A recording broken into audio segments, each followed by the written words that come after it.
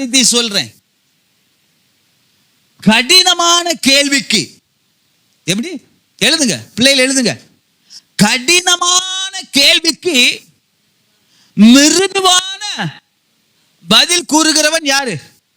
Hello, தலைவன். ஒவ்வொரு வீட்டிலும் கணவன் மனைவி யாரு? தலைவன் தலைவி. பாருங்க, இந்த ஏரோப்ளேன் இருக்குல்ல, எல்லா ஏரோப்ளேனுக்கும் எத்தனை பேர் இருப்பாங்க? 2 பேர் இருப்பாங்க. 2.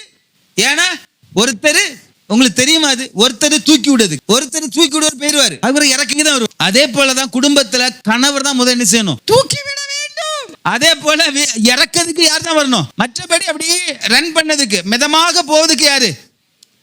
துணைவி. அதுக்கு தான் ஆண்டவர் ஏற்ற துணையை. அல்லேலூயா. இப்ப சில வீட்டுல என்ன தெரியுமா? 2மே நான் தான் தூக்குவேன். மனைவி சொல்வா, நான் தான் தூக்குவேன், நான் தான் முடிவெடுப்பேன், நான் தான் முடிவெடுப்பேன். அப்படி எடுக்கவே கூடாது. அல்லேலூயா.